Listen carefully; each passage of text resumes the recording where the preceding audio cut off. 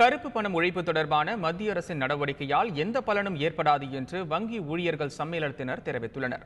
500 மற்றும் 1000 ரூபாய் செல்லாது என்ற அறிவிப்பால் சாதாரண மக்களுக்கே அதிக சிரமம் ஏற்பட்டுள்ளதாகவும் அவர்கள் குறிப்பிட்டுள்ளனர்.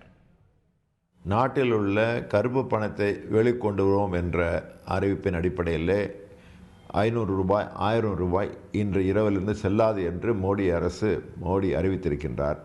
இதன் மூலமாக மட்டுமே இந்தியாவில் இருக்கக்கூடிய கோடிக்கணக்கான மிகப்பெரிய கருப்பு பணத்தை வெளியே கொண்டு வர முடியும் என்று அவர்கள் நம்புவது தவறு.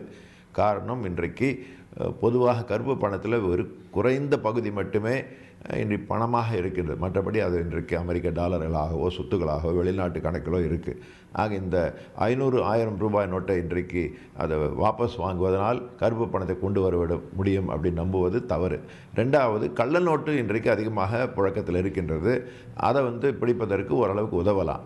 ஆனால் அதுவும் இந்த மாதிரி அதிரடி நடவடிக்கை மூலமாக செய்வது இதனால் அதிகமாக மக்களுக்கு அவதி தான்.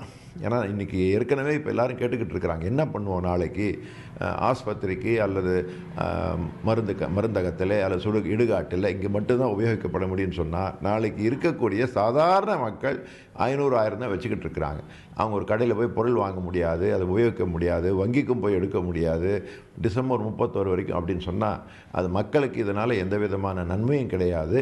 ரெண்டாவது, வங்கி ஊழியர்களுக்கும் இது பெரிய பிரச்சனையாக போகின்றது. ஏன்னா மக்களுடைய பீதியெல்லாம் வங்கி கிளையில் சொல்லுவாங்க, ஏடிஎம் சரியாக இயங்காது. அதே மாதிரியாக 1 லட்சத்துக்கு மேற்பட்ட வங்கி கிளைகள் இருக்குது. அங்கே இருக்கக்கூடிய ஏடிஎம்களில் நீங்கள் அந்த புதிய நோட்டுகளை போட்டால் தான் மக்கள் உபயோகிக்க முடியும்னு சொன்னால் அது எங்கேருந்து வர முடியும்? இதனால் நிறைய மக்களுக்கு பிரச்சனை தான் வரப்போகுது. இன்னும் யோசித்து திட்டமிட்டு செய்திருக்க வேண்டும் நினைக்கிறோம். இதை அரசாங்கம் வாபஸ் பெற வேண்டியது அவசியம் என்று நினைக்கிறேன். தவறுதலாக அவசரப்பட்டு செஞ்சிட்டாங்க.